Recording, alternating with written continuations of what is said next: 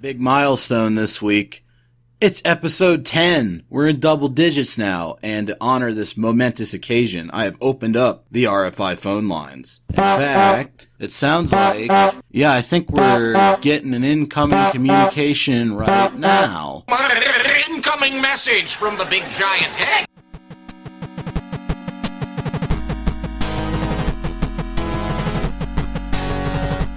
Oh, shit.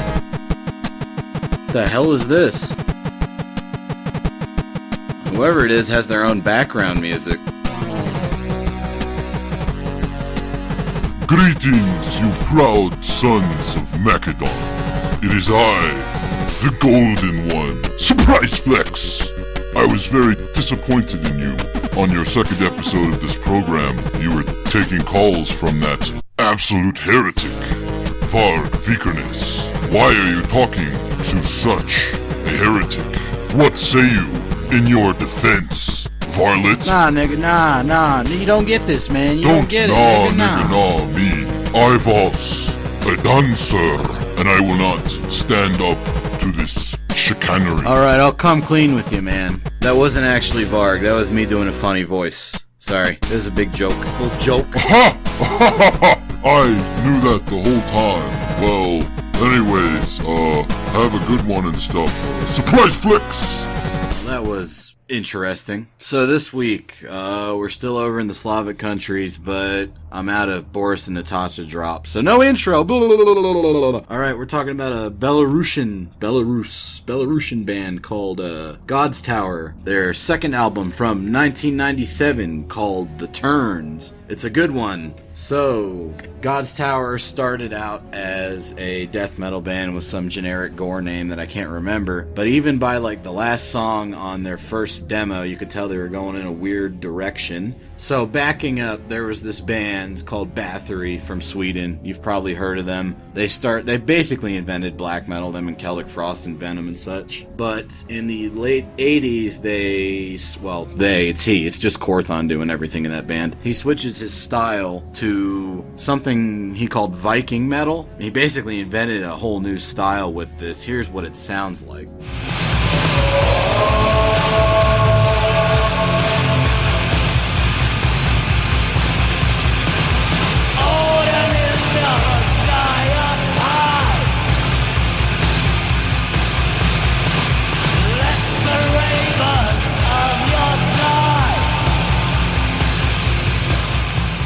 So nowadays, the three albums that he did in that style are considered classics by a lot, and there's tons of bands out there like Moon Sorrow, Falkenbach, Tyr that take a lot of influence from it. But back then, and I have this on good authority from somebody that was fairly active in the scene back in the day, people didn't really know what to do with this kind of music.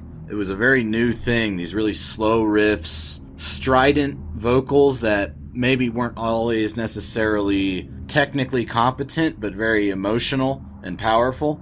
So anyways, one of the only bands that was into this kind of music was the guys in God's Tower, as far as I can tell, because they took the Bathory Viking metal template and substantially altered it to make very unique music. One of the things that really sticks out to me with this God's Tower album is the guitar playing is unlike anything I've heard in basically any other band. Here's kind of what you're gonna get.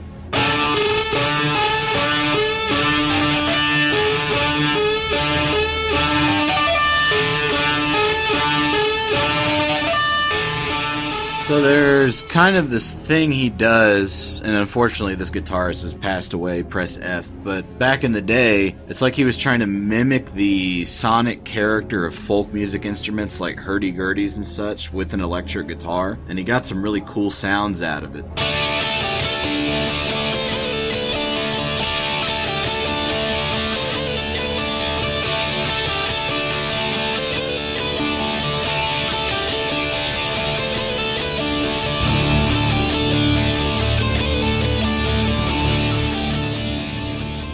Also, you hear that it's fairly downright positive sounding for metal. So when Nocturnal Mortem started getting a little bit happier sounding, they said that, oh, we still play black metal, but our new subgenre of it is solar metal, you know, and obviously Sonnenrads and such. Well, but also it's supposed to have more of a daytime character to it than black metal, which is decidedly nighttime music. God's Tower, I think, might have been one of the major innovators of that, and they weren't huge over in the States or Western Europe, but they're a very important band in the Slavic scene, so I think it's more than likely Nocturnal Mortem were heavily influenced by them. God's Tower also knew how to inject melancholy into this kind of music, though, to make it not just kind of one note happy all the time, as you'll hear with this one.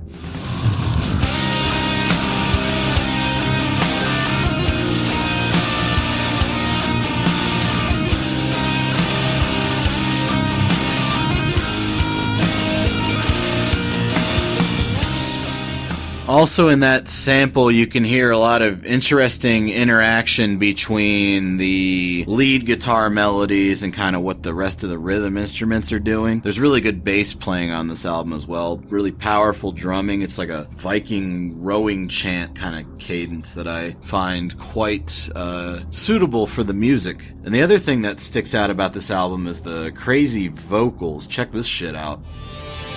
I know my native higher mystery, my fate to fly up, higher liberty, my ways in sky.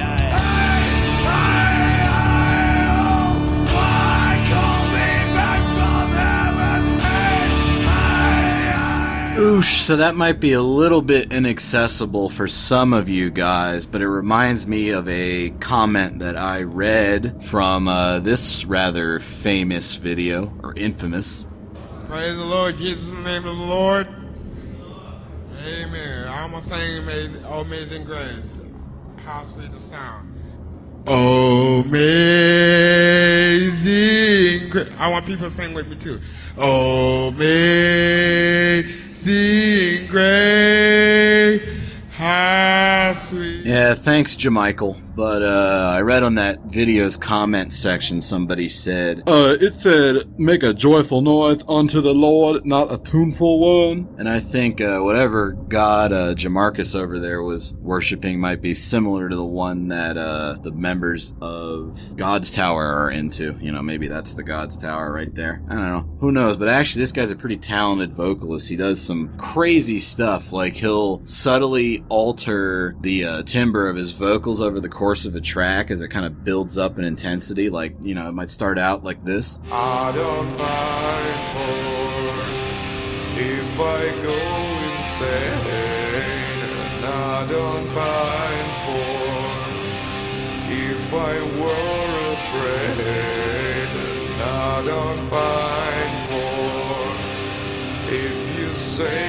hello, I'm only dreaming, I shouldn't care at all. And then, you know, over the course of that song, it builds up in just passion so that by the end of it, he's singing the same line, but it sounds like this. Hey, I don't mind for if you say hello, I'm only dreaming, I shouldn't care at all. So if you can get past the rather unorthodox voice he has, and some of the English isn't always great, I think there's a lot to appreciate with this guy. He does a lot of very experimental things with his voice, like on this one.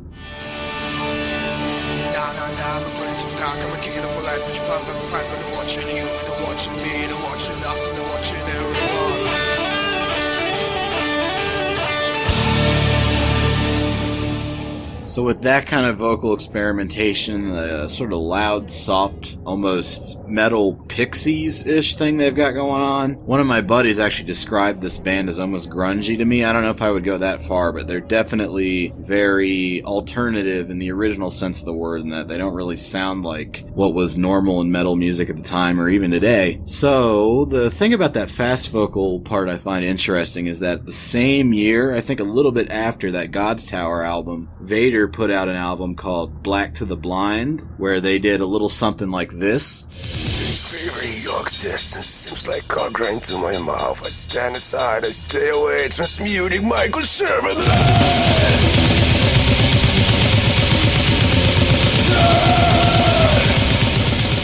I don't know if there's enough evidence to definitively say that Vader got that idea from God's Tower, but they both were active in a very similar part of the world. Vader was over in Poland, whereas God's Tower was in Belarus, and this was all happening at the same time. Vader's another band where they're pretty well known for having a diverse range of influences. Like, they've covered Depeche Mode just as much as they cover Mayhem, even though they're a death metal band, so could have been a similar wavelength going through the Slavic countries at the time. It could have been direct influence of God Tower on the Polish death metal stalwarts Vader. We'll probably never know. But anyways, you should get this God's Tower album. It's really good. It's called The Turns. The cover is like a triskelion made out of snakes. When you open the box up, the CD itself has a swastika on it. There's very nice glossy booklet with lots of cool pictures, because like I said, the guitarist died, so this is sort of like a memorial edition to him. You can get it off their Bandcamp. You do the thing where you buy the MP3s and they send you the CD in the mail, so that's